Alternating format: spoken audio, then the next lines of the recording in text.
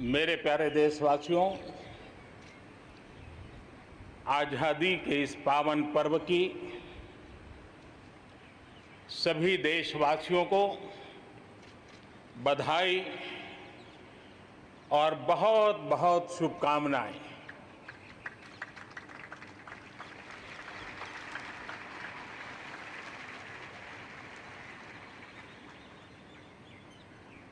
आज जो हम स्वतंत्र भारत में सांस ले रहे हैं, उसके पीछे मां भारती के लाखों बेटे बेटियों, उनका त्याग, उनका बलिदान और मां भारती को आजाद कराने के संकल्प के प्रति उनका समर्पण आज ऐसे सभी हमारे स्वातंत्र सेनानियों का, आजादी के वीरों का, नर बांकुरों का, वीर शहीदों का नमन करने का ये पर्व है। हमारे फौज के जाबाज जवान, हमारे अर्धसैनिक बल, हमारे पुलिस के जवान, सुरक्षा बल से जुड़े हुए हर कोई मां भारती के रक्षा में जुटे रहते हैं, सामान्य मानवीय की सुरक्षा में जुटे रहते हैं। आज उन सबको भी हृदयपूर्वक, आदरपूर्वक स्मरण करने का, उनके महान त्याग तपस्या को नमन करने का पर्व है। एक नाम और, श्री अरविंद घोष क्रांति दूत से लेकर आध्यात्म की यात्रा, आज उनके संकल्प, उनका जन्म जयंती है। हमें उनके संकल्पों को, हमारे संकल्पों को पूर्ण करने के उनकी तरफ से आशीर्वाद बने रहे हैं। हम एक विशिष्ट परिस्थिति से गुजर रहे हैं। आज छोटे छोटे बालक मेरे सामने नजर नहीं आ रहे। भारत का उज्जवल भविष्य क्यों? कोरोना ने सबको रोका हुआ है। इस कोरोना के कालखंड में लक्षावधि कोरोना वॉरियर्स, चाहे डॉक्टर हो, नर्सिस हो, सफाई कर्मी हो, एम्बुलेंस चलाने वाले लोग हो, किस किस के नाम गिनाऊंगा। उन लोगों ने इतने लंबे समय तक जिस प्रकार से सेवा परमो धर्मः इस मंत्र को जी करके दिखाया है, पूर्ण समर्पण भाव से मां भारती के लालों की सेवा की है, ऐसे सभी कोरोना वॉरियर्स को भी मैं आज नमन करता हूं। इस कोरोना के कालखंड में अनेक हमारे भाई बहन इस कोरोना के संकट में प्रभावित हुए हैं। कई परिवार प्रभावित हुए हैं।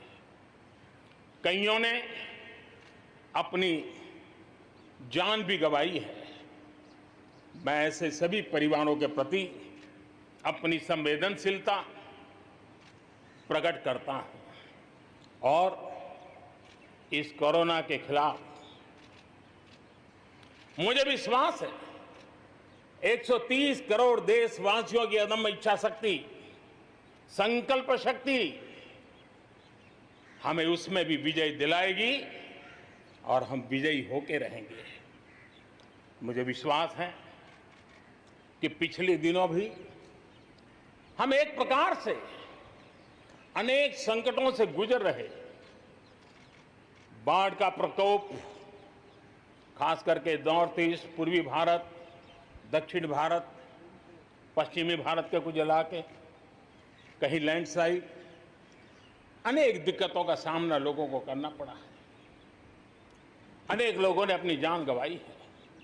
मैं उन परिवारों के प्रति भी मेरी संवेदना व्यक्त करता हूं और राज्य सरकारों के साथ कंधे से कंधा मिलाकर के ऐसी संकट की घड़ी में हमेशा देश एक बन करके, चाहे केंद्र सरकार हो, राज्य सरकार हो, हम मिलकर के तत्काल जितनी भी मदद पहुंचाने का प्रयास कर सकते हैं, सफलतापूर्वक कर रहे हैं।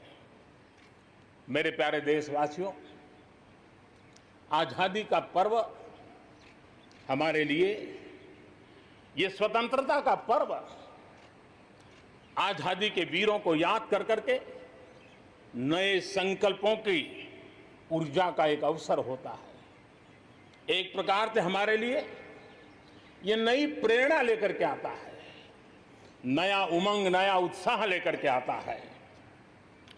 और इस बार तो हमारे लिए संकल्प करना बहुत आवश्यक भी है और बहुत शुभ अवसर भी है, क्योंकि अगला जब हम आजादी का पर्व मनाएंगे तब हम 75 वर्ष में प्रवेश करेंगे। ये अपने आप में एक बहुत बड़ा अवसर है और इसलिए आज आने वाले 2 साल के लिए बहुत बड़े संकल्प लेकर के हमें चलना है।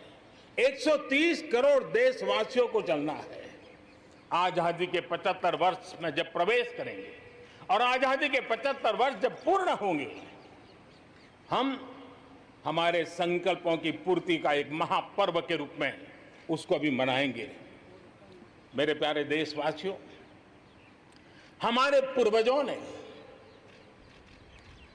अखंड एक निष्ठ तपस्या करके त्याग और बलिदान की उच्च भावनाओं को प्रस्तावित करते हुए हमें जिस प्रकार से आजादी दिलाई है, उन्होंने न्यौछावर कर दिया है। लेकिन हम ये बात न भूलें कि गुलामी के इतने लंबे कालखंड में कोई भी पल ऐसा नहीं था, कोई भी क्षेत्र ऐसा नहीं था कि जब आजादी की ललक न उठी हो, आजादी की इच्छा को लेकर के किसी ने प्रयास न किया हो, जंग न किया हो, त्याग न किया हो और एक प्रकार से जवानी जेलों में खपा दी, जीवन के सारे सपनों को फांसी के फंदों को चूम करके आहूत कर दिया। ऐसे वीरों को नमन करते हुए और फिर एक तरफ सशस्त्र क्रांति का दौर, दूसरी तरफ जन आंदोलन का दौर, पूज्य बापू के नेतृत्व में राष्ट्र जागरण के साथ जन आंदोलन की एक धारा ने आजादी के आंदोलन को एक नई ऊर्जा दी और हम आजादी के पर्व को आज मना पा रहे हैं। इस आजादी के जंग में भारत की आत्मा को कुचलने के भी निरंतर प्रयास हुए हैं, अनगिनत प्रयास हुए हैं। भारत को अपनी संस्कृति, परंपरा, रीत रिवाज, इन सब से उखाड़ फेंकने के लिए क्या कुछ नहीं हुआ। वो कालखंड था, सैकड़ों सालों का कालखंड था। शाम दाम दंड भेद सब कुछ अपने चरम पर था और कुछ लोग तो ये मान के चलते थे कि हम तो यावत चंद्र दिवाकरो यहां पर राज करने के लिए आए हैं। लेकिन आजादी की ललक ने उनके सारे मंसूबों को जमीन दोस्त कर दिया। इनकी सोच थी कि इतना बड़ा विशाल देश, अनेक राजे रजवाड़े, भांति भांति की बोलियां, पहनवेश, खान पान, अनेक भाषाएं, इतनी विविधताओं के कारण बिखरा हुआ देश कभी एक होकर के आजादी का जंग लड़ नहीं सकता है। लेकिन इस देश की प्राण शक्ति वो पहचान नहीं पाए। अंतर्भूत जो प्राण शक्ति है, एकता का सूत्र जो हमें सबको बांध करके रखा हुआ है, उसने आजादी के उस पर्व में पूरी ताकत के साथ जब वो मैदान में आया तो देश आजादी के जंग में विजयी हुआ। हम ये भी जानते हैं कि वो कालखंड था विस्तारवाद की सोच वालों ने दुनिया में जहां भी फैल सकते के फैलने का प्रयास किया, अपने झंडे गाड़ने की कोशिश की, लेकिन भारत का आजादी का आंदोलन दुनिया के अंदर भी एक प्रेरणा का पुंज बन गया, दिव्य स्तंभ बन गया और दुनिया में भी आजादी की ललक जगी।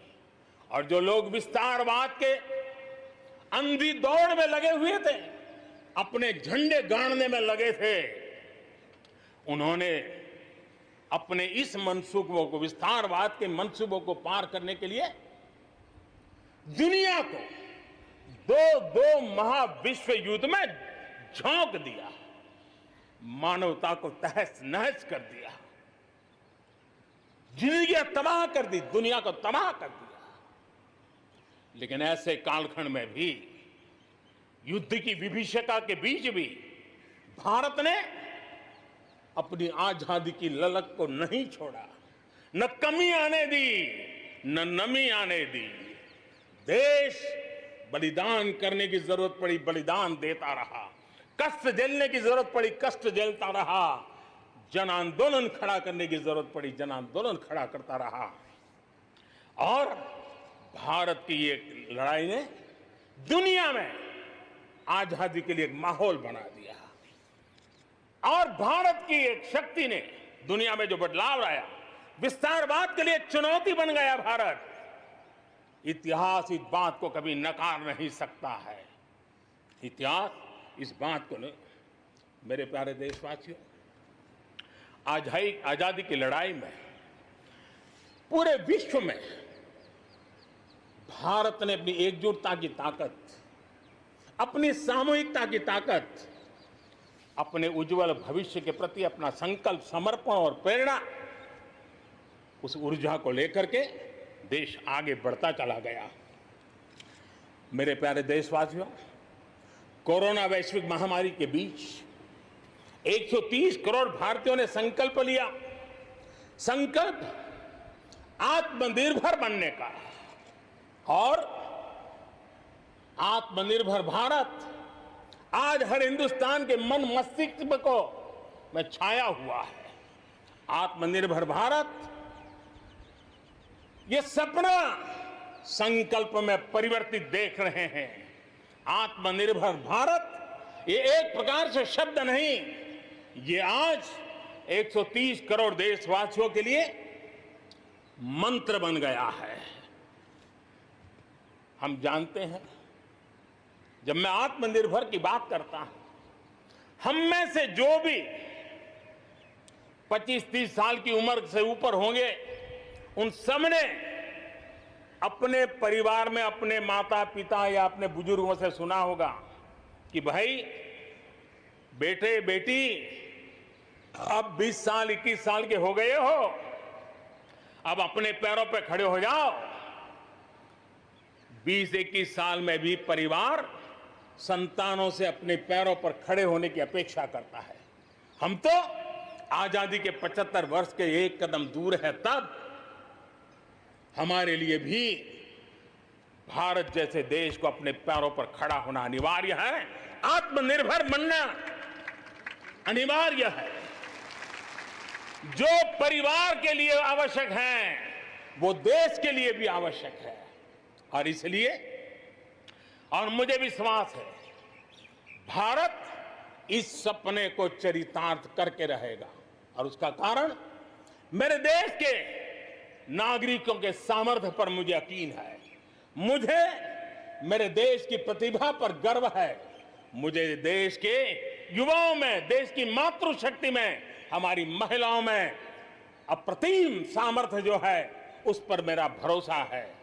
मेरा हिंदुस्तान की सोच, हिंदुस्तान का अप्रोच, इस पर विश्वास है। और इतिहास गवाह है कि भारत एक बार ठान लेता है तो भारत करके रहता है। और इसी के कारण जब हम आत्मनिर्भर की बात करते हैं तो दुनिया को भी उत्सुकता भी है, भारत से अपेक्षा भी है। और इसलिए हमें उस अपेक्षा को पूर्ण करने के लिए अपने आप को योग्य बनाना बहुत आवश्यक है। हमें अपने आप को तैयार करना बहुत आवश्यक है। भारत के चिंतन में भारत जैसे विशाल देश, भारत युवा शक्ति से भरा हुआ देश, आत्मनिर्भर भारत की पहली शर्त होती है आत्मविश्वास से भरा हुआ भारत। उसकी यही नींव होती है और यही विकास को नई गति, नई ऊर्जा देने का सामर्थ्य रहती है। भारत विश्व एक परिवार के संस्कारों से पला बड़ा हुआ है। अगर वेद कहते थे वसुधैव कुटुंबकम, तो विनोबा जी कहते थे जय जगत। और इसलिए हमारे लिए विश्व एक परिवार है और इसलिए आर्थिक विकास भी हो, लेकिन साथ साथ मानव और मानवता का भी केंद्र स्थान होना चाहिए, इसका महत्व होना चाहिए। उसी को लेकर के हम चलते हैं। आज दुनिया इंटरकनेक्टेड है, आज दुनिया इंटरडिपेंडेंट है और इसलिए समय की मांग है कि विश्व अर्थव्यवस्था में भारत जैसे विशाल देश का योगदान बढ़ना चाहिए। विश्व कल्याण के लिए भी ये भारत का कर्तव्य है और भारत को अपना योगदान बढ़ाना है तो भारत को स्वयं को सशक्त होना होगा, भारत को आत्मनिर्भर होना होगा। हमें जग कल्याण के लिए भी अपने आप को सामर्थ्यवान बनाना ही पड़ेगा और जब हमारी जड़ें मजबूत होगी, हमारा अपना सामर्थ्य होगा, तो हम दुनिया का भी कल्याण करने की दिशा में कदम उठा सकते हैं। हमारे देश में अथाक प्राकृतिक संपदा है, क्या कुछ नहीं है। आज समय की मांग है कि हमारे इन प्राकृतिक संसाधनों में हम वैल्यू एडिशन करें, हम हमारे मानव संपदा में मूल्य वृद्धि करें, नई ऊंचाइयों पर ले जाएं और हम देश में कब तक कच्चा माल विदेश भेजते रहेंगे, रॉ मटेरियल कब तक दुनिया में भेजते रहेंगे। और देखिए तो रॉ मटेरियल दुनिया में भेजना और फिनिश गुड को दुनिया से वापस लाना, ये खेल कब तक चलेगा। और इसलिए हमें आत्मनिर्भर बनना होगा। हमारी हर शक्ति पर वैश्विक आवश्यकताओं के अनुसार मूल्य वृद्धि करना है, ये हमारा दायित्व है। ये वैल्यू एडिशन करने की दिशा में हम आगे बढ़ना चाहते हैं। हम विश्व में योगदान करने के लिए हम आगे बढ़ना चाहते हैं। विश्व में हम कुछ न कुछ, उसी प्रकार से कृषि क्षेत्र, एक समय था जब हम बाहर से गेहूं मंगवा करके अपना पेट भरते थे, लेकिन हमारे देश के किसानों ने वो कमाल करके दिखा दिया। आत्मनिर्भर भारत आज कृषि क्षेत्र में बना है। आज भारत के किसान, भारत के नागरिकों का ही पेट भरते इतना नहीं है, आज भारत वो स्थिति में है कि दुनिया में जिसकी जरूरत है उसको भी हम अन्न दे सकते हैं। अगर ये हमारी शक्ति है, आत्मनिर्भर की ये ताकत है, तो हमारे कृषि क्षेत्र में भी मूल्य वृद्धि आवश्यक है। वैश्विक आवश्यकताओं के अनुसार हमारे कृषि जगत में बदलाव की आवश्यकता है। विश्व की अपेक्षाओं को पूरा करने के लिए हमने हमारे कृषि जगत को भी आगे बढ़ाने की जरूरत है। आज देश अनेक नए कदम उठा रहा है और इसलिए अब आप देखिए स्पेस सेक्टर में हमने खुला कर दिया, देश के युवाओं को अवसर मिला है। हमने कृषि क्षेत्र को कानूनों से मुक्त कर दिया, बंधनों से मुक्त कर दिया। हमने आत्मनिर्भर बनाने का प्रयास किया हुआ है। जब भारत स्पेस सेक्टर में ताकतवर बनता है तो पड़ोसियों को जरूर उसका लाभ होता है। जब आप ऊर्जा के क्षेत्र में पावरफुल होते हैं तो जे देश अपना अंधेरा मिटाना चाहता है, भारत उसमें मदद कर सकता है। देश के जब हेल्थ सेक्टर का इंफ्रास्ट्रक्चर आत्मनिर्भर हो जाता है तो विश्व के अनेक देशों को टूरिज्म के रूप में, हेल्थ डेस्टिनेशन के रूप में भारत उनकी पसंदीदा बन सकता है। और इसलिए हमें आवश्यक है कि हम भारत में बने सामान की पूरी दुनिया में वाहवाही कैसी हो। और एक जमाना था हमारे देश में जो चीजें बनती थी, हमारे स्किल मैन पावर के द्वारा जो काम होता था, उसकी दुनिया में बहुत वाहवाही होती थी, इतिहास गवाह है। हमें जब आत्मनिर्भर की बात करते हैं तब सिर्फ इंपोर्ट कम करना इतना ही हमारी सोच नहीं है। जब आत्मनिर्भर की बात करते हैं तब हमारी ये जो कौशल्य है, हमारा जो ह्यूमन रिसोर्स का सामर्थ्य है, जब चीजें बाहर से आने लगती है तो उसका वो सामर्थ्य खत्म होता चला जाता है, पीढ़ी दर पीढ़ी वो नष्ट हो जाता है। हमें हमारे उस सामर्थ्य को बचाना भी है, बढ़ाना भी है, कौशल्य को बढ़ाना है, क्रिएटिविटी को बढ़ाना है और उसको लेकर के हमें आगे बढ़ना है। हमें स्किल डेवलपमेंट की दिशा में बल देना है। आत्मनिर्भर भारत के लिए, हमारे सामर्थ्य को बढ़ाने के लिए मेरे प्यारे देशवासियों, मैं जानता हूं जब मैं आत्मनिर्भर की बात करता हूं तब अनेक आशंकाएं प्रकट भी की जाती हैं। मैं इस बात को मानता हूं कि आत्मनिर्भर भारत के लिए लाखों चुनौतियां हैं और जब विश्व स्पर्धा के मोड़ में हो तब तो चुनौतियां बढ़ भी जाती हैं। लेकिन देश के सामने अगर लाखों चुनौतियां हैं तो देश के पास करोड़ों समाधान देने वाले शक्ति भी है, मेरे देशवासी भी हैं जो समाधान का सामर्थ्य देते हैं। अब देखिए, कोरोना के संकट काल में हमने देखा कि बहुत सी चीजों के लिए हम कठिनाइयों में हैं, हमें दुनिया से लाना है, दुनिया दे नहीं पा रही थी। हमारे देश के नौजवानों ने, हमारे देश के उद्यमियों ने, हमारे देश के उद्योग जगत के लोगों ने बिड़ा उठा लिया। जिस देश में N95 नहीं बनता था बनने लगे, PPE नहीं बनता था बनने लग गए, वेंटिलेटर नहीं बनता था बनने लग गए।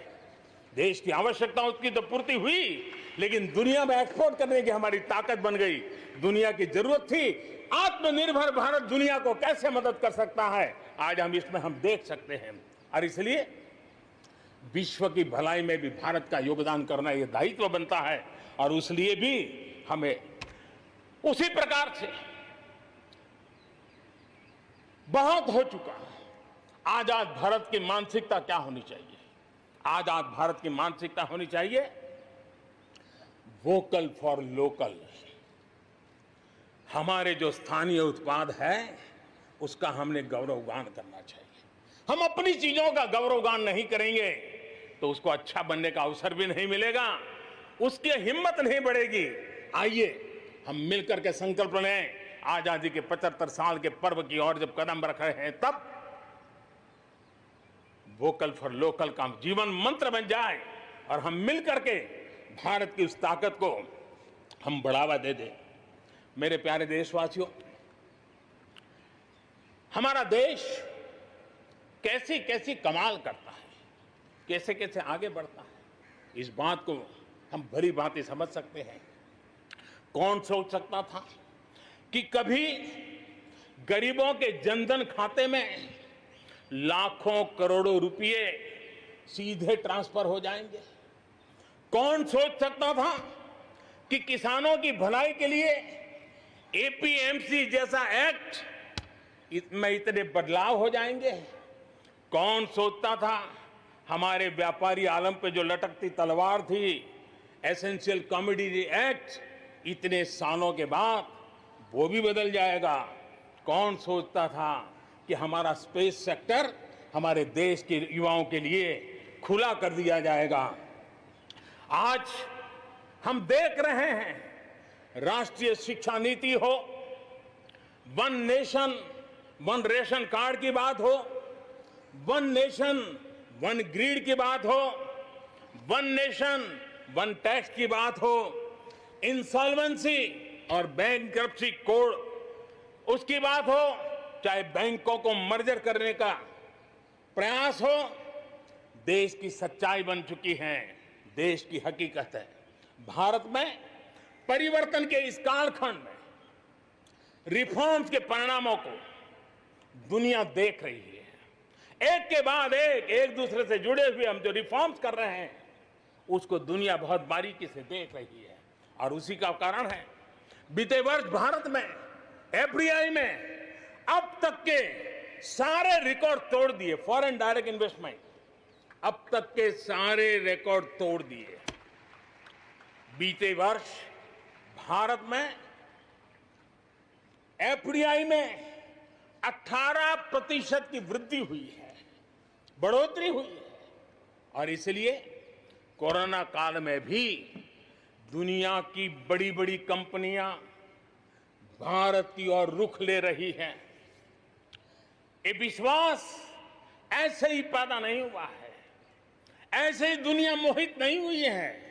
इसके लिए भारत ने अपनी नीतियों पर, भारत ने अपने लोकतंत्र पर, भारत ने अपनी अर्थव्यवस्था की बुनियाद की मजबूती पर जो काम किए हैं उसने ये विश्वास जगाया है। दुनिया भर के अनेक बिजनेस भारत को सप्लाई चेन के केंद्र के रूप में आज देख रहे हैं। अब हमें मेक इन इंडिया के साथ साथ मेक फॉर वर्ल्ड ये मंत्र को लेकर के भी हमें आगे बढ़ना है। 130 करोड़ देशवासियों का सामर्थ्य, जब एक ही समय में, जरा याद कीजिए पिछले कुछ दिन, और 130 करोड़ देशवासियों के सामर्थ्य के लिए गर्व कीजिए। कोरोना के इस महाकालखंड में एक तरफ चक्रवात, पूरब में भी चक्रवात, पश्चिम में भी चक्रवात, बिजली गिरने से अनेक लोगों की मौत की खबरें, कहीं पर बार बार भूस्खलन की घटनाएं, छोटे मोटे भूकंप के झटके इतना कम था तो हमारे किसानों के लिए टिड्डी दल की आपत्तियां आई। न जाने एक साथ एक के बाद एक मुसीबतों का अंबार लग गया। लेकिन उसके बावजूद भी देश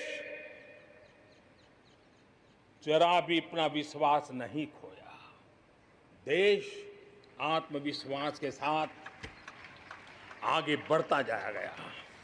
देशवासियों के जीवन को, देश की अर्थव्यवस्था को कोरोना के प्रभाव से जल्दी से जल्दी बाहर निकालना आज हमारी प्राथमिकता है। इसमें अहम भूमिका रहेगी नेशनल इंफ्रास्ट्रक्चर पाइपलाइन प्रोजेक्ट की। इस पर 110 लाख करोड़ उससे भी ज्यादा खर्च किए जाएंगे। इसके लिए अलग अलग सेक्टर्स में लगभग 7,000 प्रोजेक्ट्स की पहचान कर ली गई है। इससे देश के ओवरऑल इंफ्रास्ट्रक्चर डेवलपमेंट को एक नई दिशा भी मिलेगी, एक नई गति भी मिलेगी।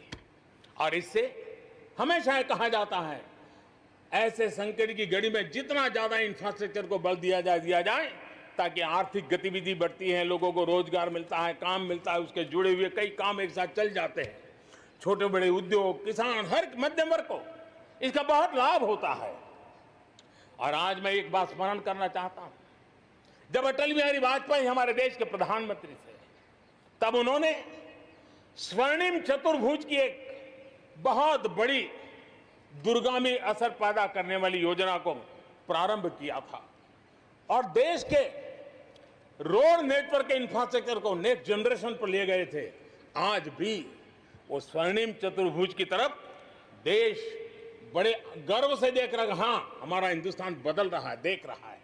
मेरे प्यारे देशवासियों, अटल जी ने अपने समय में एक काम किया, लेकिन अब हमें उसे आगे ले जाना है, हमें नई ओर ले जाना है। और अब हम साइलोज में नहीं चल सकते। हम इंफ्रास्ट्रक्चर को, रोड का रोड वाला काम करेगा, रेल का रेल में चला जाएगा, न रेल का रोड से संबंध, न रोड का रेल से संबंध, न एयरपोर्ट का पोर्ट से संबंध, न पोर्ट का एयरपोर्ट से संबंध, न रेलवे स्टेशन का बस से संबंध, बस स्टेशन से संबंध, न बस स्टेशन का रेलवे। ऐसी स्थिति नहीं चले। अब हमें सारा इंफ्रास्ट्रक्चर एक कॉम्प्रिहेंसिव हो, इंटीग्रेटेड हो, एक दूसरे के पूरक हो। रेल से रोड पूरक हो, रोड से सी पोर्ट पूरक हो, सी पोर्ट से पोर्ट पूरक हो। ये हमें एक नए सदी के लिए हमें मल्टी मॉडल कनेक्टिविटी इंफ्रास्ट्रक्चर इसको जोड़ने के लिए हम अब आगे बढ़ रहे हैं और ये एक नया आयाम होगा। बहुत बड़ा सपना लेकर के इस पर काम शुरू किया है और मुझे विश्वास है ये साइलोस को खत्म करके हमारे इस सारी व्यवस्था को एक नई ताकत देंगे। इसके साथ साथ हमारे समुद्री तट, विश्व व्यापार में समुद्री तटों का अपना बहुत महत्व होता है। जब हम पोर्ट लेड डेवलपमेंट को लेकर के चले हैं तब हम आने वाले दिनों में समुद्री तट के पूरे हिस्से में 4 लेन रोड बनाने की दिशा में एक आधुनिक इंफ्रास्ट्रक्चर के लिए हम काम करेंगे। मेरे प्यारे देशवासियों, हमारे यहां शास्त्रों में एक बहुत बड़ी बात और बड़ी महत्वपूर्ण बात कही गई है। हमारे यहां शास्त्रों में कहा गया है, सामर्थ्य मूलम स्वातंत्रम, सामर्थ्य मूलम स्वातंत्रम, श्रम मूलम च वैभवम, श्रम मूलम च वैभवम। यानी किसी समाज की, किसी भी राष्ट्र की आजादी का स्रोत उसका सामर्थ्य होता है और उसके वैभव, उन्नति, प्रगति का स्रोत उसकी श्रम शक्ति है। और इसलिए सामान्य नागरिक, शहर हो या गांव, उसकी मेहनत का कोई मुकाबला नहीं है। मेहनत का समाज को जब सुविधाएं मिलती है, जीवन का संघर्ष, रोजमर्रा की मुसीबतें कम होती है, तो उसकी ऊर्जा, उसकी शक्ति बहुत खिल उठती है, बड़े कमाल करके देती है। बीते 6 वर्षों में देश के मेहनत कश नागरिकों का जीवन बेहतर बनाने के लिए अनेक विविध कामों का सिलसिला चलाया गया है, अनेक अभियान चलाए गए हैं। आप देखिए, बैंक खाता हो, पक्के घर की बात हो, इतनी बड़ी मात्रा में शौचालय बनाने हो, हर घर में बिजली कनेक्शन पहुंचाना हो, माताओं बहनों को धुएं से मुक्त करने के लिए गैस का कनेक्शन देना हो, गरीब से गरीब को बीमा सुरक्षा देने का प्रयास हो, 5 लाख रुपए तक अच्छे से अच्छे अस्पताल में मुफ्त इलाज कराने के लिए आयुष्मान भारत योजना हो, राशन की दुकानों को टेक्नोलॉजी से जोड़ने की बात हो, हर गरीब, हर व्यक्ति बिना किसी भेदभाव के पूरी पारदर्शिता के साथ उसको लाभ पहुंचाने में पिछले 6 साल ने बहुत अच्छी तरह प्रगति की है। कोरोना के संकट में भी इन व्यवस्थाओं में बहुत मदद मिली है। इस दौरान करोड़ों गरीब परिवारों को मुफ्त गैस सिलेंडर पहुंचना, राशन कार्ड हो या न हो, 80 करोड़ से ज्यादा मेरे देशवासियों को उनके घर का चूल्हा जलता रहे, 80 करोड़ देशवासियों को मुफ्त में अनाज पहुंचाने का काम हो, 90,000 करोड़ रुपए से ज्यादा सीधे बैंक खाते में पैसे ट्रांसफर हो। कुछ वर्ष पहले तो सोच भी नहीं सकते थे, कल्पना ही नहीं कर सकते थे कि दिल्ली 1 रुपया से 1 रुपया निकले और 100 के 100 पैसे गरीब के खाते में जमा हो जाए। ये पहले कभी सोचा भी नहीं जा सकता है। अपने ही गांव में रोजगार के लिए गरीब कल्याण रोजगार अभियान शुरू किया गया है। श्रमिक साथी खुद को रिस्किल करे, अपस्किल करे, इस पर विश्वास करते हुए, श्रम शक्ति पे भरोसा करते हुए, गांव के संसाधनों पर भरोसा करते हुए, हम वोकल फॉर लोकल को बल देते हुए, रीस्किल, अपस्किल के द्वारा हम हमारे देश की श्रम शक्ति को, हमारे गरीबों को एम्पावर करने की दिशा में हम काम कर रहे हैं। शहर में हमारे जो श्रमिक हैं, क्योंकि आर्थिक गतिविधि का केंद्र शहर है, गांव से लोग दूर दूर से शहरों में आते हैं। स्ट्रीट वेंडर्स हो, रेडी पट्टी वाले लोग हो, आज बैंकों से उनको सीधा पैसा देने की योजना चल रही है। लाखों लोगों ने इतने कम समय में कोरोना के कालखंड में इसका फायदा उठाया है। अब उनको कहीं से ज्यादा ब्याज से खानगी स्तर पर पैसे लेने की जरूरत नहीं पड़ेगी, बैंक से वो अधिकार से अपने पैसे ले पाएगा। उसी प्रकार से जब शहर में हमारे श्रमिक आते हैं, उनको रहने की अगर अच्छी सुविधा मिल जाए तो उनकी कार्य क्षमता में भी बहुत बढ़ोतरी होती है। और इसी बात को ध्यान में रखते हुए शहर के अंदर उनके लिए हमने आवास की व्यवस्था की एक बहुत बड़ी योजना बनाई है, ताकि शहर के अंदर जब श्रमिक आएगा तो वो अपने काम के लिए मुक्त मन से पूरे विश्वास के साथ आगे बढ़ पड़ेंगे। मेरे प्यारे देशवासियों, ये भी सही है कि विकास की इस यात्रा में भी हमने देखा है जैसे समाज जीवन में कुछ तबके पीछे रह जाते हैं, गरीबी से बाहर निकल नहीं पाते हैं, वैसे राष्ट्र जीवन में भी कुछ क्षेत्र होते हैं, कुछ भूभाग होते हैं, कुछ इलाके होते हैं जो पीछे रह जाते हैं। आत्मनिर्भर भारत बनाने के लिए हमारे लिए संतुलित विकास बहुत आवश्यक है और हमने 110 से ज्यादा आकांक्षी जिले आइडेंटिफाई किए हैं। उन 110 जिले जो एवरेज से भी पीछे हैं, उनको राज्य की और राष्ट्र की एवरेज तक ले आना है। सभी पैरामीटर में लेता है।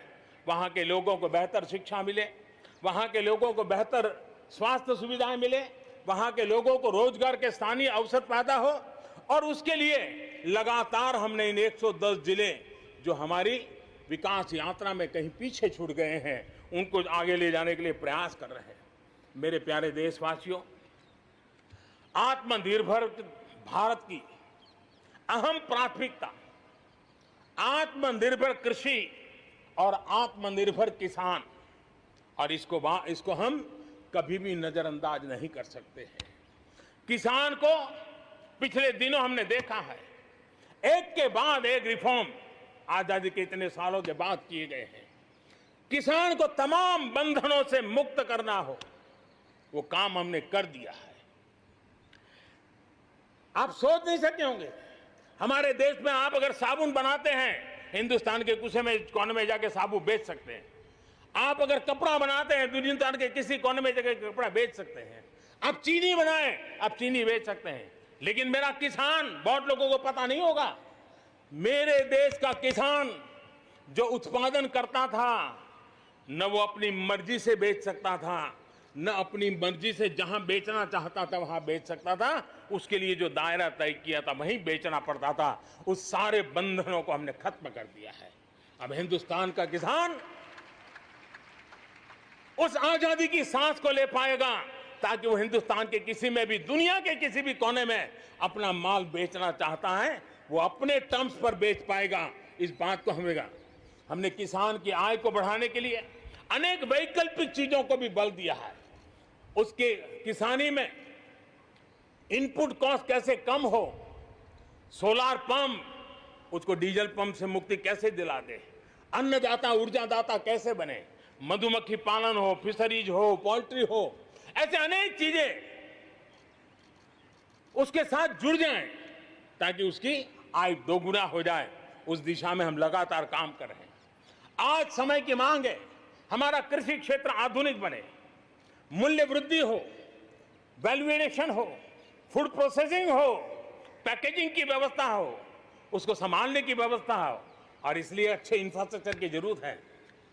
आपने देखा होगा इस कोरोना कालखंड में ही पिछले दिनों 1 लाख करोड़ रुपया एग्रीकल्चर इंफ्रास्ट्रक्चर के लिए भारत की सरकार ने आवंटित किए हैं, और इंफ्रास्ट्रक्चर जो किसानों की भलाई के लिए होगा, और इसके कारण किसान अपना मूल्य भी प्राप्त कर सकेगा, दुनिया के बाजार में बेच भी पाएगा, विश्व बाजार में उसकी पहुंच बढ़ेगी। आज हमने ग्रामीण उद्योगों को मजबूत करने की जरूरत है। ग्रामीण क्षेत्रों में विशिष्ट प्रकार से आर्थिक क्लस्टर बनाने जाएंगे।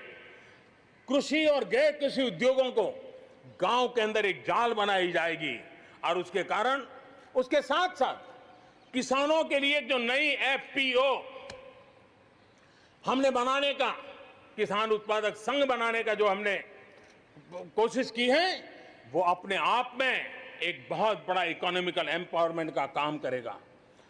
भाइयों बहनों, मैंने पिछली बार यहां पर जल जीवन मिशन की घोषणा की थी। आज उसको 1 साल हो रहा है। मैं आज गर्व से कह सकता हूं कि जो हमने सपना लिया है कि पीने का शुद्ध जल, नल से जल हमारे देशवासियों को मिलना चाहिए। स्वास्थ्य की समस्याओं का समाधान भी शुद्ध पीने के जल से जुड़ा हुआ होता है।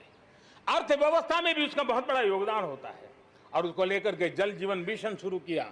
आज मुझे संतोष है कि प्रतिदिन हम 1 लाख से ज्यादा घरों में, हर दिन 1 लाख से ज्यादा घरों में जल पहुंचा रहे हैं, पाइप से जल पहुंचा रहे हैं। और पिछले 1 साल में 2 करोड़ परिवारों तक हम जल पहुंचाने में यशस्वी हुए हैं।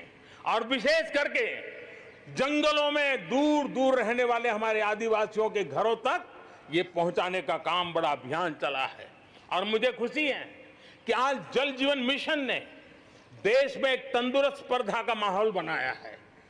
जिले जिले के बीच में तंदुरुस्त स्पर्धा हो रही है, नगर नगर के बीच में तंदुरुस्त स्पर्धा हो रही है, राज्य राज्य के बीच में तंदुरुस्त स्पर्धा हो रही है। हर किसी को लग रहा है कि प्रधानमंत्री का जल जीवन मिशन का जो सपना है उसको हम जल्दी से जल्दी अपने क्षेत्र में पूरा करेंगे। कोऑपरेटिव कॉम्पिटिटिव फेडरलिज्म को एक नई ताकत इस जल जीवन मिशन के साथ जुड़ गई है और उसके साथ भी हम आगे बढ़ रहे हैं। मेरे प्यारे देशवासियों, चाहे हमारा कृषि का क्षेत्र हो, चाहे हमारे लघु उद्योगों का क्षेत्र हो, चाहे हमारे नौकरी पेशा करने वाले समाज के लोग हो, ये करीब करीब सभी लोग एक प्रकार से भारत का मध्यम वर्गीय बहुत बड़ा संपुट है। और मध्यम वर्ग से निकले हुए प्रोफेशनल्स आज दुनिया में अपना डंका जमा रहे हैं। मध्यम वर्ग से निकले हुए हमारे डॉक्टर, इंजीनियर, वकील, साइंटिस्ट, सब कोई दुनिया के अंदर अपना नाम डंडा जमा रहे हैं। और इसलिए ये बात तय है कि मध्यम वर्ग को जितने अवसर मिलते हैं वो अनेक गुना ताकत के साथ उभर करके आते हैं। और इसलिए मध्यम वर्ग को सरकारी दखलंदाजी से मुक्ति चाहिए। मध्यम वर्ग को अनेक विध नए अवसर चाहिए, उसको खुला मैदान होना चाहिए। और हमारी सरकार लगातार मध्यम वर्ग के इन सपनों को पूरा करने के लिए काम कर रही है। मध्यम वर्ग मिरेकल करने की ताकत रखता है। ईज ऑफ लिविंग, इसका सबसे बड़ा लाभ किसी को होना है तो मेरे मध्यम वर्गीय परिवारों को होना है। सस्ते इंटरनेट की बात हो, चाहे सस्ते स्मार्टफोन की बात हो, या उड़ान के तहत हवाई जहाज की टिकटें बहुत मिनिमम हो जाने की बात हो, या हमारे हाईवेज हो, इंफॉर्मेशन वेज हो, ये सारी चीजें मध्यम वर्ग की ताकत को बढ़ाने वाली है। आज आपने देखा होगा मध्यम वर्ग में जो गरीबी से बाहर निकला है उसका पहला सपना होता है अपना घर होना चाहिए।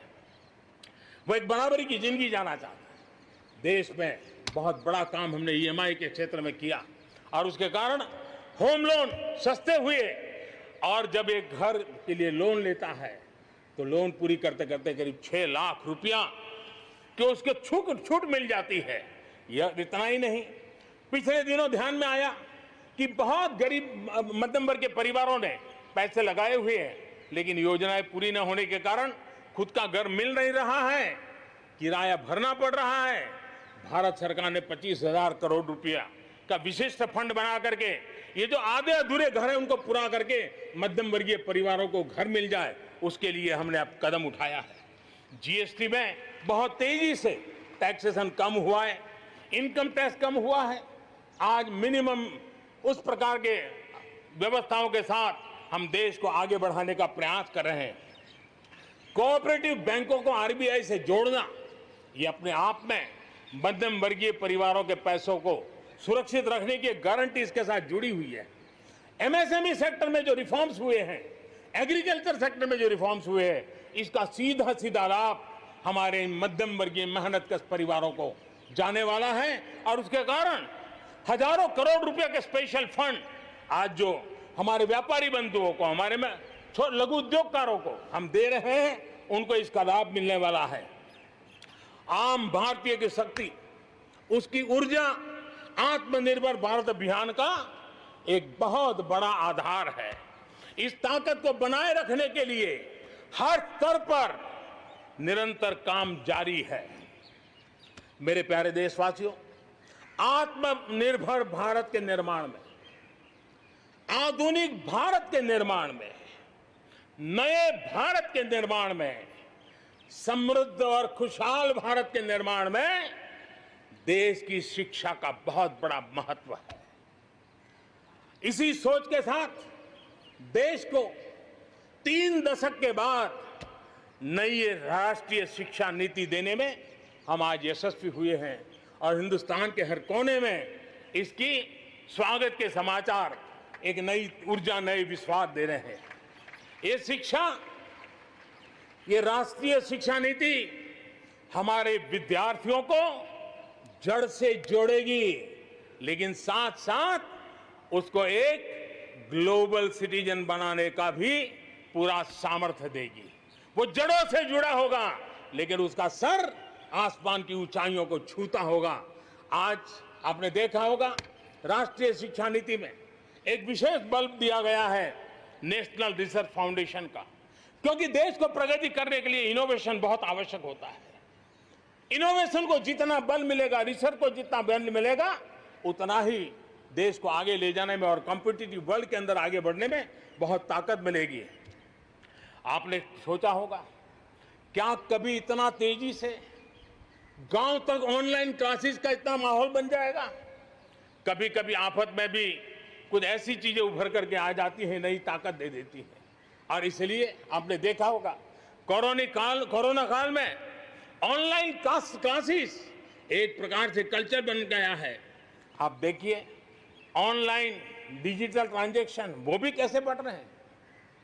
भीम यूपीआई गत 1 महीने में, यानी किसी को भी गर्व होगा कि भारत जैसे देश में यूपीआई भीम के द्वारा गत 1 महीने में 3 लाख करोड़ रुपए का ट्रांजैक्शन हुआ है।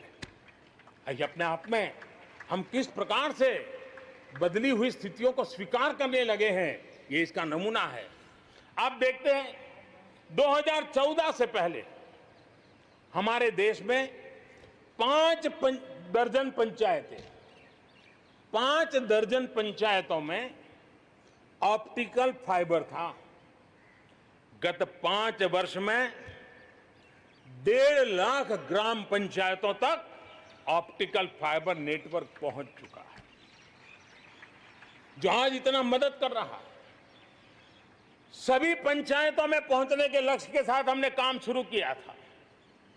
जो 1 लाख पंचायतें बाकी हैं, वहां भी तेजी से काम चल रहा है, लेकिन बदली पड़ी हुई परिस्थिति में गांव की भी डिजिटल इंडिया में भागीदारी अनिवार्य बन गई है। गांव के लोगों को भी इस प्रकार की ऑनलाइन सुविधाओं की जरूरत बढ़ गई है। इसको ध्यान में रखते हुए पहले जो हमने कार्यक्रम बनाया था, हर पंचायत तक पहले पहुंचेंगे, लेकिन आज मैं आपसे बताना चाहूंगा कि अब हमने तय किया है कि सभी 6 लाख से ज्यादा जो हमारे गांव है, उन सभी गांवों में ऑप्टिकल फाइबर नेटवर्क पहुंचाया जाएगा। जरूरत बदली है तो हमने प्रायोरिटी भी बदली है।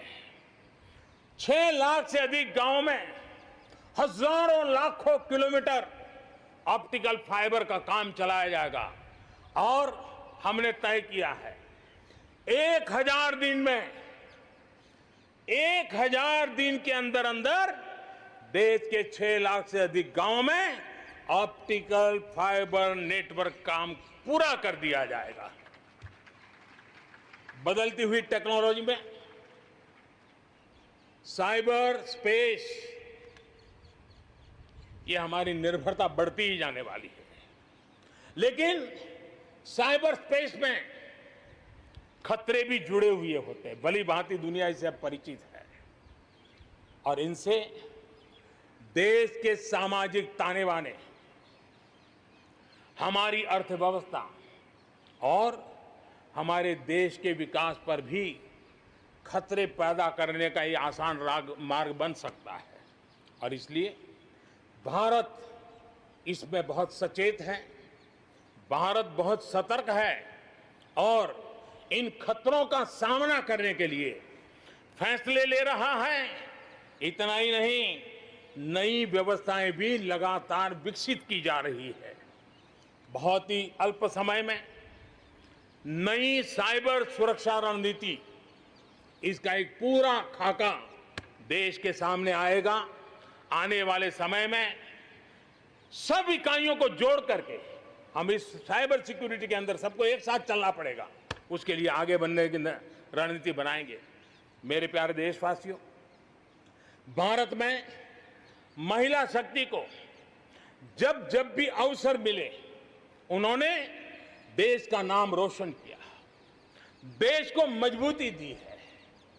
महिलाओं को स्वरोजगार और रोजगार के समान अवसर देने के लिए आज देश प्रतिबद्ध है। आज भारत में महिलाएं अंडरग्राउंड कोयले की खदान में काम कर रही हैं, तो आज मेरे देश की बेटियां फाइटर प्लेन भी उड़ा करके आसमान की बुलंदियों को चूम रही है।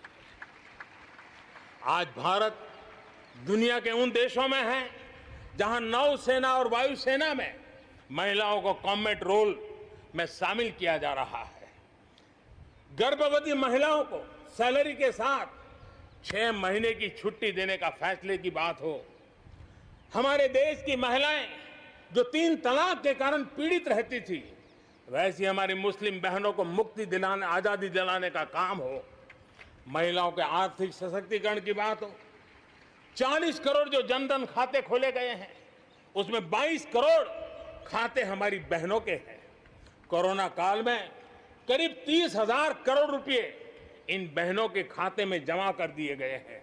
मुद्रा लोन 25 करोड़ के करीब मुद्रा लोन दिए गए, उसमें 70% मुद्रा लोन लेने वाली हमारी माताएं बहनें हैं। प्रधानमंत्री आवास योजना के तहत जो खुद का घर मिल रहा है, उसमें अधिकतम रजिस्ट्री भी महिलाओं के नाम हो रही है। मेरे प्यारे देशवासियों, गरीब बहन बेटियों की बेहतर स्वास्थ्य की भी चिंता ये सरकार लगातार कर रही है। हमने जन औषधि केंद्र के अंदर 1 रुपये में सैनिटरी पैड पहुंचाने के लिए एक बहुत बड़ा काम किया। 6000 जन औषधि केंद्रों में पिछले कुछ थोड़े से समय में ही करीब 5 करोड़ से ज्यादा सैनिटरी पैड हमारी इन गरीब महिलाओं तक पहुंच चुके हैं। बेटियों में कुपोषण खत्म हो, उनकी शादी की सही आयु क्या हो, इसके लिए हमने कमेटियां बना की रचना की है। उसका रिपोर्ट आते ही बेटियों की शादी की उम्र के बारे में भी उचित फैसले लिए जाएंगे। मेरे प्यारे देशवासियों, इस कोरोना के सेक्टर में कालखंड में हेल्थ सेक्टर की तरफ ध्यान जाना बहुत स्वाभाविक है और इसलिए आत्मनिर्भर की सबसे बड़ी सीख हमें हेल्थ सेक्टर ने इस संकट के काल में सिखा दी है और उस लक्ष्य में प्राप्त करने के लिए हमें आगे भी बढ़ना है। अब देखिए, कोरोना के समय, उसके पूर्व हमारे देश में सिर्फ एक लैब थी टेस्टिंग के लिए। आज 1400 लैब्स का नेटवर्क है, हिंदुस्तान के हर कोने में फैला हुआ है। जब कोरोना का संकट आया तो एक दिन में सिर्फ 300 टेस्ट हो पाते थे। इतने कम समय में हमारे लोगों ने वो शक्ति दिखा दी है कि आज हर दिन 7 लाख से ज्यादा टेस्ट हम कर पाए। कहां 300 से शुरू किया था और कहां हम 7 लाख तक पहुंच गए। देश में नए एम्स, नए मेडिकल कॉलेज का निर्माण, आधुनिकीकरण की दिशा में निरंतर प्रयास ये हम कर रहे हैं।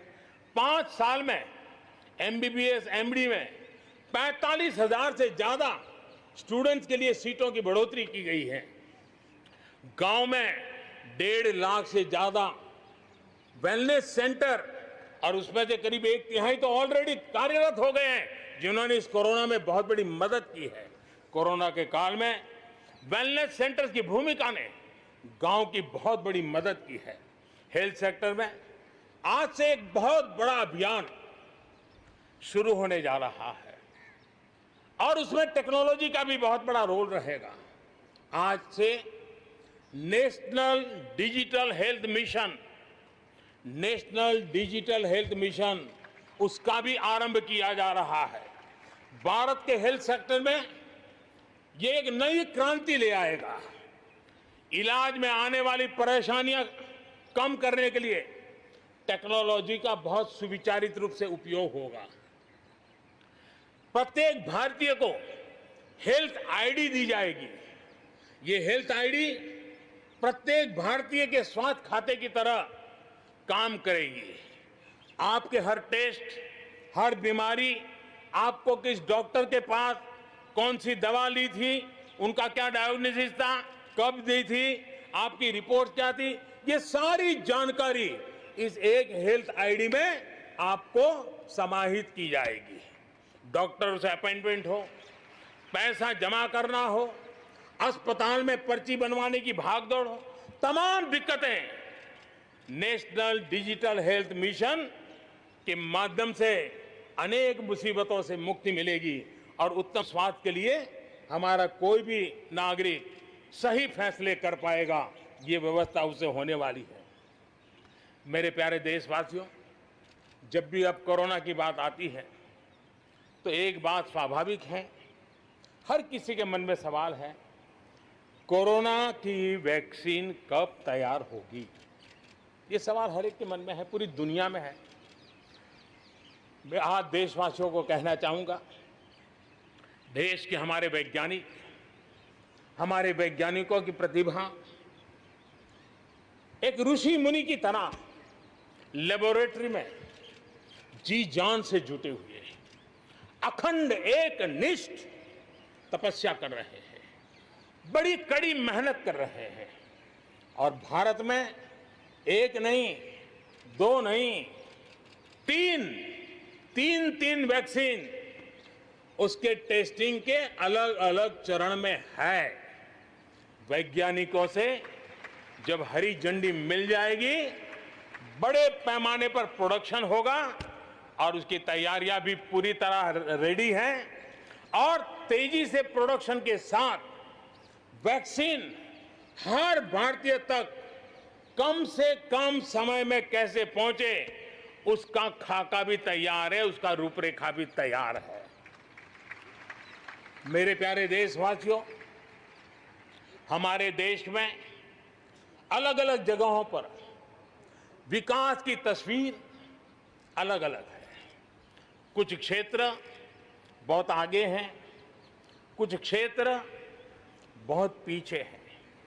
ये असंतुलन आत्मनिर्भर भारत के सामने एक महत्वपूर्ण चुनौती मैं मान सकता हूं और इसलिए जैसा मैंने प्रारंभ में कहा, 110 आकांक्षी जिलों पर हम बल दे रहे हैं, उसको विकास की बराबरी लाना चाहते हैं। हम विकास के इकोसिस्टम बनाना, कनेक्टिविटी को सुधारना, ये हमारी प्राथमिकता है। अब आप देखिए, हिंदुस्तान का पश्चिमी भाग और हिंदुस्तान को मध्य से देखिए, हिंदुस्तान का पूर्वी भाग, पूर्वी उत्तर प्रदेश हो, बिहार हो, बंगाल हो, नॉर्थ ही हो, उड़ीसा हो, ये सारे हमारे क्षेत्र अपार संपदा है, प्राकृतिक संपदा के भंडार है। यहाँ के लोग सामर्थ्यवान है, शक्तिवान है, प्रतिभावान है, लेकिन अवसरों के अभाव में ये क्षेत्र हमारे असंतुलन रहा है और इसलिए हमने अनेक नए कदम उठाए। ईस्टर्न डेडिकेटेड फ्रेट कॉरिडोर हो, पूर्व में गैस पाइपलाइन से जोड़ने की बात हो, नए रोड रेल का इंफ्रास्ट्रक्चर खड़ा करना हो, वहां नए पोर्ट बनाने हो, यानी एक प्रकार से पूरा डेवलपमेंट के लिए जो इंफ्रास्ट्रक्चर का खाका होना चाहिए, बड़ा होलिस्टिक तरीके से विकसित हम कर रहे हैं ताकि हमारे क्षेत्र भी विकास की दिशा में। उसी प्रकार से लेह लद्दाख, करगिल, जम्मू कश्मीर, एक क्षेत्र, एक प्रकार से इस क्षेत्र को 1 वर्ष पूर्व 370 से आजादी मिल चुकी है। 1 साल पूरा हो चुका है। ये 1 साल जम्मू कश्मीर के एक नई विकास यात्रा का बड़ा महत्वपूर्ण पड़ाव है। ये 1 साल वहां महिलाओं को, दलितों को मूलभूत अधिकारों को देने वाला कालखंड रहा है। ये हमारे शरणार्थियों को गरिमापूर्ण जीवन का भी एक साल रहा है। विकास का लाभ गांव और गरीब तक पहुंचाने के लिए बैक टू विलेजेस जैसे विशेष अभियान चलाए जा रहे हैं। आयुष्मान योजना को बेहतरीन तरीके से आज जम्मू कश्मीर लद्दाख के क्षेत्र में उपयोग किया जा रहा है। मेरे प्यारे देशवासियों, लोकतंत्र की मजबूती, लोकतंत्र की सच्ची ताकत हमारी चुनी हुई स्थानीय इकाइयों में है। हम सभी के लिए गर्व की बात है कि जम्मू कश्मीर में स्थानीय इकाइयों के जनप्रतिनिधि सक्रियता और संवेदनशीलता के साथ विकास के नए युग को आगे बढ़ा रहे हैं। मैं उनके वहीं के सभी पंच सरपंचों को हृदय से बहुत बहुत बधाई देता हूं विकास यात्रा में उनकी सक्रिय भागीदारी के लिए। जम्मू कश्मीर में डिलिमिटेशन की प्रक्रिया चल रही है। सुप्रीम कोर्ट के निवृत्त न्यायमूर्ति के नेतृत्व में डिलिमिटेशन का काम चल रहा है और जल्दी से डिलिमिटेशन का काम पूरा होते ही भविष्य में वहां चुनाव हो, जम्मू कश्मीर के एमएलए हो, जम्मू कश्मीर के मंत्रीगण हो, जम्मू कश्मीर के मुख्यमंत्रीगण हो, नई ऊर्जा के साथ विकास के मार्ग पर आगे बढ़े। इसके लिए देश प्रतिबद्ध भी है और प्रयासरत भी है। लद्दाख को केंद्र शासित प्रदेश बना करके बरसों पुरानी जो उनकी मांग थी, उनकी आकांक्षा थी, उस आकांक्षा को हमने पूर्ण करने का, उनको सम्मानित करने का एक बहुत बड़ा काम किया है। हिमालय की ऊंचाइयों में बसा लद्दाख विकास के नए शिखर की ओर आगे बढ़ रहा है। अब सेंट्रल यूनिवर्सिटी वहां पर बन रही है, नए रिसर्च सेंटर बन रहे हैं, होटल मैनेजमेंट के कोर्सेज वहां चल रहे हैं। बिजली के लिए 7,500 मेगावाट के सोलर पार्क के निर्माण की योजना बन रही है। लेकिन मेरे प्यारे देशवासियों, लद्दाख की कई विशेषता हैं। उन विशेषताओं को हमें संभालना भी है, संवारना भी है। और जैसे सिक्किम ने, हमारे नॉर्थ ईस्ट में सिक्किम ने अपनी एक ऑर्गेनिक स्टेट की पहचान बनाई है, वैसे ही लद्दाख, लेह, करगिल, ये पूरा क्षेत्र हमारे देश के लिए कार्बन न्यूट्रल इकाई के रूप में उसकी पहचान बना सकता है। और इसके लिए भारत सरकार वहां के नागरिकों के साथ मिलकर के एक नमूना रूप, प्रेरणा रूप कार्बन न्यूट्रल और वो भी विकास का मॉडल, वहां की आवश्यकताओं की पूर्ति वाला मॉडल, उस दिशा में हम आगे बढ़ रहे हैं। मेरे प्यारे देशवासियों, भारत ने दिखाया है कि पर्यावरण के साथ संतुलन रखते हुए भी तेज विकास संभव है। आज भारत वन वर्ल्ड, वन सन, वन ग्रिड के विजन्स के साथ पूरी दुनिया में को खास करके सूर्य ऊर्जा के क्षेत्र में प्रेरित कर रहा है। रिन्यूएबल एनर्जी के उत्पादन के मामले में आज भारत दुनिया के 5 टॉप देशों में अपनी जगह बना चुका है। प्रदूषण के समाधान को लेकर भारत सजग भी है और भारत सक्रिय भी है। स्वच्छ भारत अभियान हो, धुआं मुक्त रसोई गैस की व्यवस्था हो, एलईडी बल्ब का अभियान हो, सीएनजी आधारित ट्रांसपोर्टेशन की व्यवस्था हो, इलेक्ट्रिक मोबिलिटी के लिए प्रयास हो, हम कोई कसर नहीं छोड़ रहे हैं। पेट्रोल से प्रदूषण को कम करने के लिए इथेनॉल उत्पादन उसको बढ़ाने पर और उसके इस्तेमाल पर बल दिया जा रहा है। 5 साल पहले हमारे देश के अंदर इथेनॉल की क्या स्थिति थी? 5 साल पहले हमारे देश में 40 करोड़ लीटर उत्पादन होता था। आज 5 साल में 5 गुना हो गया और आज 200 करोड़ लीटर इथेनॉल हमारे देश में बन रहा है, जो पर्यावरण के लिए बहुत उपयोगी हो रहा है। मेरे प्यारे देशवासियों, देश के 100 शहरों में, चुने हुए 100 शहरों में प्रदूषण कम करने के लिए हम एक होलिस्टिक अप्रोच के साथ, एक इंटीग्रेटेड अप्रोच के साथ, एक जन भागीदारी के साथ आधुनिक टेक्नोलॉजी का उपयोग भरपूर करते हुए हम उसे प्रदूषण कम करने की दिशा में एक मिशन मोड में काम करने वाले हैं। मेरे प्यारे देशवासियों, भारत इस बात को गर्व से कह सकता है, भारत उन बहुत कम देशों में से एक है जहां जंगलों का विस्तार हो रहा है। अपनी बायोडायवर्सिटी के संरक्षण और संवर्धन के लिए भारत पूरी तरह संवेदनशील है। हम लोगों ने सफलतापूर्वक प्रोजेक्ट टाइगर, प्रोजेक्ट एलिफेंट हमने सफलतापूर्वक आगे बढ़ाया है। हमारे यहाँ टाइगर की आबादी बढ़ी है। अब आने वाले दिनों में एशियाटिक लायन, प्रोजेक्ट लायन की शुरुआत हो रही है और उसमें प्रोजेक्ट लायन भारतीय शहरों की रक्षा, सुरक्षा, आवश्यक इंफ्रास्ट्रक्चर और विशेष करके उनके लिए जो आवश्यक होता है स्पेशल प्रकार का हेल्थ इंफ्रास्ट्रक्चर, उस पर भी काम किया जाएगा और प्रोजेक्ट लाइन पर बल दिया जाएगा। साथ ही एक और काम को भी हम बढ़ावा देना चाहते हैं और वो है प्रोजेक्ट डॉल्फिन चलाया जाएगा। नदियों में, समंदर में रहने वाली दोनों तरह की डॉल्फिन्स पर हम फोकस करेंगे। इससे बायोडायवर्सिटी को भी बल मिलेगा और रोजगार के अवसर भी मिलेंगे। ये टूरिज्म के आकर्षण का भी केंद्र होता है, तो इस दिशा में भी हम आगे बढ़ने वाले हैं। मेरे प्यारे देशवासियों, जब हम एक असाधारण लक्ष्य को लेकर के असाधारण यात्रा पर निकलते हैं तो रास्ते में चुनौतियों की भरमार होती है और चुनौतियां भी असामान्य होती है।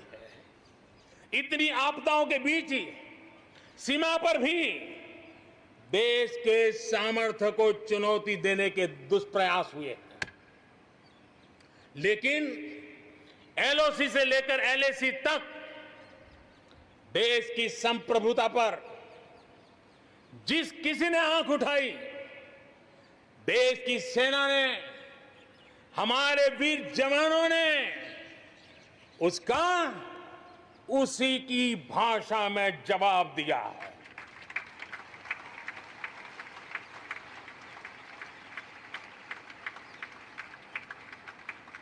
भारत की संप्रभुता की रक्षा के लिए पूरा देश एक जोश से भरा हुआ है, संकल्प से प्रेरित है और सामर्थ्य पर अटूट श्रद्धा के साथ आगे बढ़ रहा है। इस संकल्प के लिए हमारे वीर जवान क्या कर सकते हैं, देश क्या कर सकता है, ये लद्दाख में दुनिया ने देख लिया है।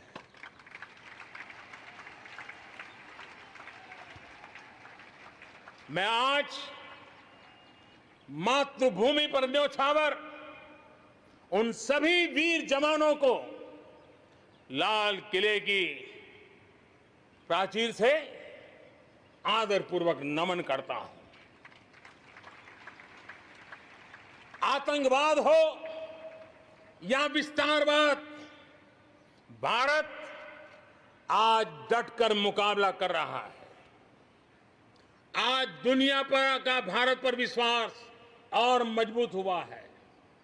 पिछले दिनों संयुक्त राष्ट्र सुरक्षा परिषद के अस्थायी सदस्य के रूप में 192 में से 192 में से 184 देखो सो कहोगा, भारत को समर्थन मिलना ये हमारे हर हिंदुस्तानी के लिए गर्व दिलाता है। विश्व में हमने कैसी अपनी पहुंच बनाई है, उसका ये उदाहरण है। और ये तभी संभव होता है जब भारत खुद मजबूत हो, भारत सशक्त हो, भारत सुरक्षित हो। इसी सोच के साथ आज अनेक मोर्चों पर काम किया जा रहा है। मेरे प्यारे देशवासियों, हमारे पड़ोसी देशों के साथ, चाहे वो हमसे जमीन से जुड़े हो या समंदर से, अपने संबंधों का हम सुरक्षा, विकास और विश्वास की साझेदारी के साथ जोड़ रहे हैं। भारत का लगातार प्रयास है कि अपने पड़ोसी देशों के साथ हम अपने सदियों पुराने सांस्कृतिक, आर्थिक और सामाजिक रिश्तों को और गहराई दें। दक्षिण एशिया में दुनिया की 1/4 जनसंख्या रहती है। हम संयोग और सहभागिता से इतनी बड़ी जनसंख्या के विकास और समृद्धि की अनगिनत संभावनाएं पैदा कर सकते हैं। इस क्षेत्र के देशों के सभी नेताओं की इस विशाल जनसमूह के विकास और प्रगति के लिए बहुत बड़ी जिम्मेदारी है, एक अहम जिम्मेदारी है। उसे निभाने के लिए दक्षिण एशिया के इन सभी क्षेत्र के सभी लोगों को, राजनेताओं को, शासकों को, बुद्धिजीवियों को भी मैं आह्वान करता हूं, इस पूरे क्षेत्र में जितनी शांति होगी, जितना सौहार्द होगा, उतनी ही ये मानवता के काम आएगी, मानवता के हित में होगा। पूरी दुनिया का हित इसमें समाहित है। आज पड़ोसी सिर्फ वो ही नहीं है जिनसे हमारी भौगोलिक सीमाएं मिलती है, बल्कि वे भी हैं जिनसे हमारे दिल मिलते हैं। जहां रिश्तों में समरसता होती है, मेलजोल रहता है। मुझे खुशी है कि बीते कुछ समय में भारत ने एक्सटेंडेड नेबरहुड के सभी देशों के साथ अपने संबंधों को और मजबूत किया है। पश्चिम एशिया के देशों से हमारे राजनीतिक, आर्थिक और मानवीय संबंधों की प्रगति में कई गुना तेजी आई है। विश्वास अनेक गुना बढ़ गया है। इन देशों के साथ हमारे आर्थिक संबंध, खासकर ऊर्जा क्षेत्र में भागीदारी बहुत महत्वपूर्ण है। इनसे कई देशों में, इन सभी देशों में, ज्यादातर देशों में बहुत बड़ी संख्या में हमारे भारतीय भाई बहन काम कर रहे हैं। जिस प्रकार इन देशों ने कोरोना के संकट के समय भारतीयों की मदद की, भारत सरकार के अनुरोध का सम्मान किया, उसके लिए भारत उन सभी देशों का आभारी है और मैं अपना आभार प्रकट करना चाहता हूं। इस प्रकार हमारे पूर्व के आसियान देश, जो हमारे मैरीटाइम पड़ोसी भी हैं, वो भी हमारे लिए बहुत विशेष महत्व रखते हैं। इनके साथ भारत का हजारों वर्ष पुराना धार्मिक और सांस्कृतिक संबंध है। बौद्ध धर्म की परंपराएं हमें उनसे जोड़ती है। आज भारत इन देशों के साथ सिर्फ सुरक्षा क्षेत्र में नहीं, बल्कि समुद्री संपदा के क्षेत्र में भी सहयोग बढ़ा रहा है। मेरे प्यारे देशवासियों, भारत के जितने प्रयास शांति और सौहार्द के लिए है, उतनी ही प्रतिबद्धता अपनी सुरक्षा और अपनी सेनाओं को सशक्त करने के लिए भी है। रक्षा उत्पादन में आत्मनिर्भर भारत के लिए बड़े कदम उठाए गए हैं। हाल ही में 100 से ज्यादा सैन्य उपकरणों के आयात पर हमने रोक लगा दी है। मिसाइलों से लेकर के हल्के युद्धक हेलीकॉप्टरों तक, असॉल्ट राइफल से लेकर ट्रांसपोर्ट एयरक्राफ्ट तक सभी मेक इन इंडिया हो गए। अपना तेजस भी अपनी तेजी और अपनी ताकत दिखाने के लिए आधुनिक जरूरतों के हिसाब से तैयार हो रहा है। देश की सुरक्षा में हमारे बॉर्डर और कोस्टल इंफ्रास्ट्रक्चर की बहुत बड़ी भूमिका है। आज हिमालय की चोटियां हो या हिंद महासागर के द्वीप, हर दिशा में कनेक्टिविटी के विस्तार पर जोर दिया जा रहा है। लद्दाख से लेकर के अरुणाचल प्रदेश तक बड़े पैमाने पर हमारे देश की सुरक्षा को ध्यान में रखते हुए नई सड़कें तैयार की गई हैं। देश में, मेरे प्यारे देशवासियों, हमारा इतना बड़ा समुद्र तट है, लेकिन साथ साथ हमारे पास 1300 से ज्यादा आइलैंड्स हैं। कुछ चुनिंदा आइलैंड के महत्व को देखते हुए तेजी से विकसित करने पर हम आगे बढ़ रहे हैं। आपने देखा होगा, पिछले सप्ताह 5 दिन पहले अंडमान निकोबार में submarine optical fibre cable project का लोकार्पण हुआ।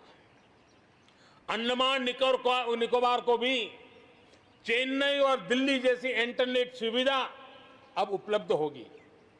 अब हम आगे लक्षद्वीप को भी इसी तरह जोड़ने के लिए काम को आगे बढ़ाने वाले हैं।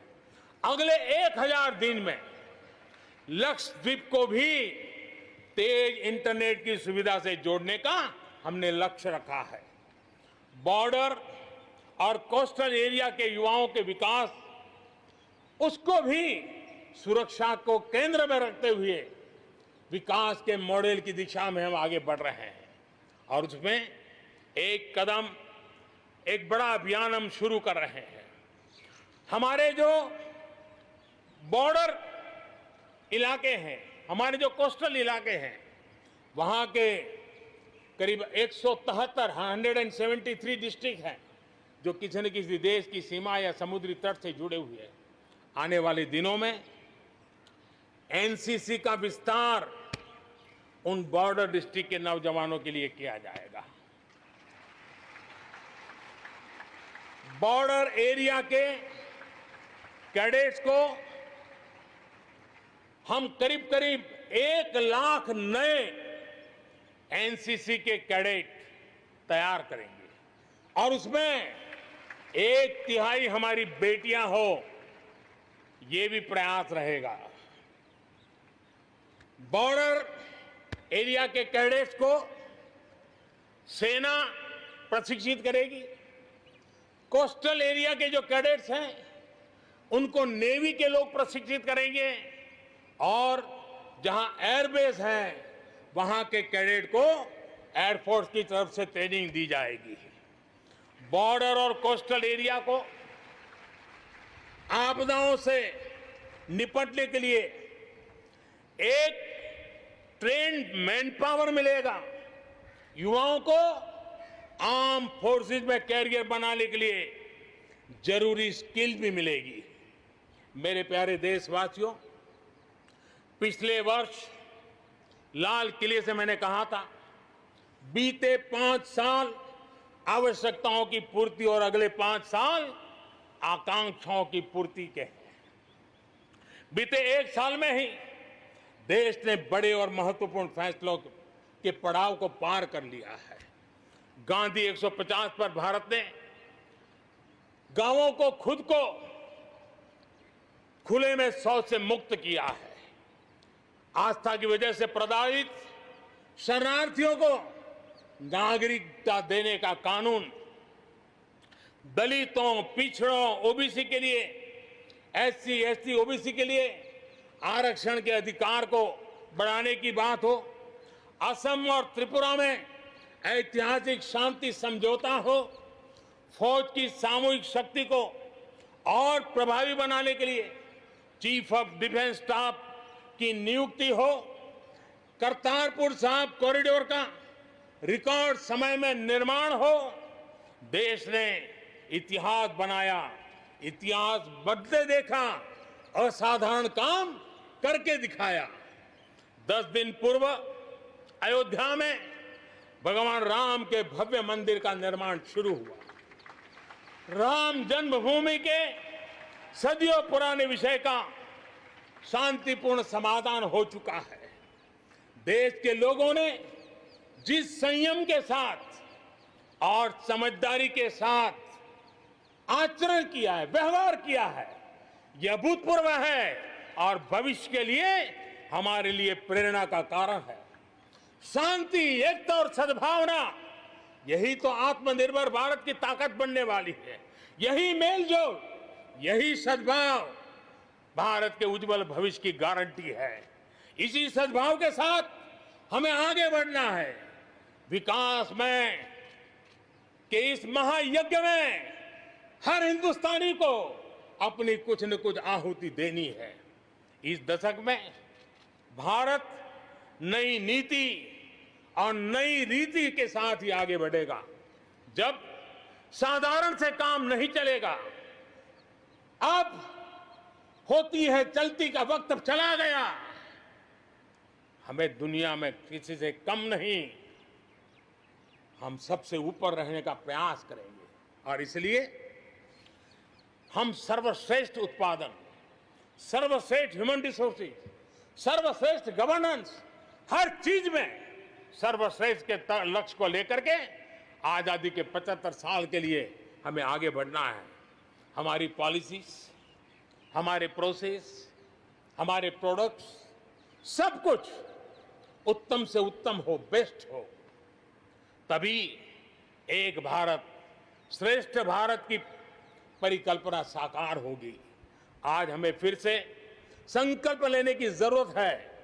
ये संकल्प आजादी के लिए बलिदान देने वालों के सपनों को पूरा करने का हो। ये संकल्प 130 करोड़ देशवासियों के लिए हो।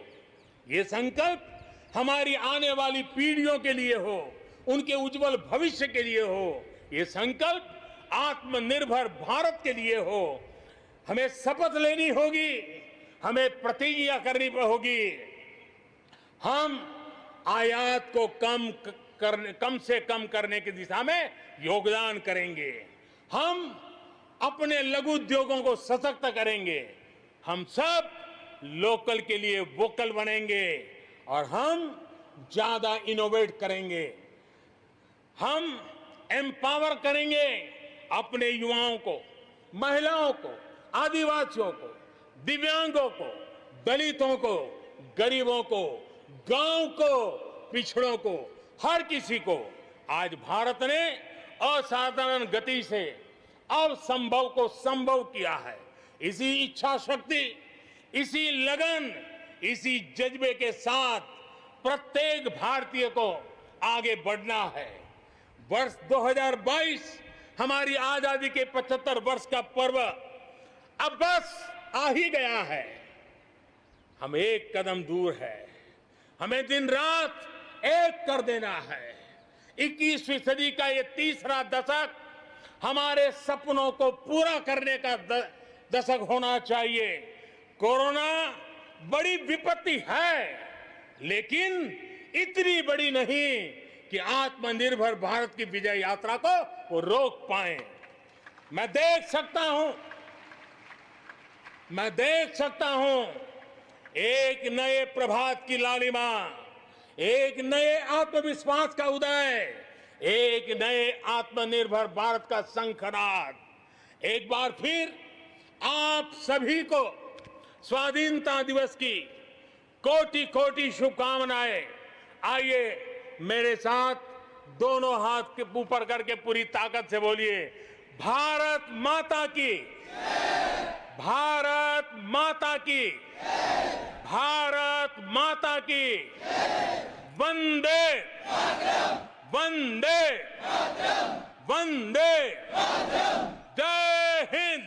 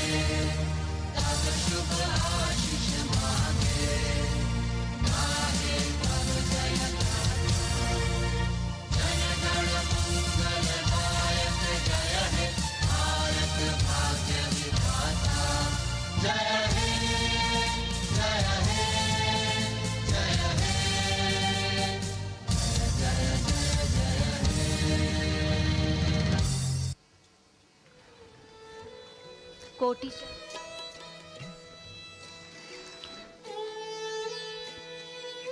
माननीय प्रधानमंत्री महोदय ने 74वें स्वाधीनता दिवस के अवसर पर अपने उद्बोधन में देश के सामने जो प्राथमिकताएं हैं उनका उल्लेख किया और भविष्य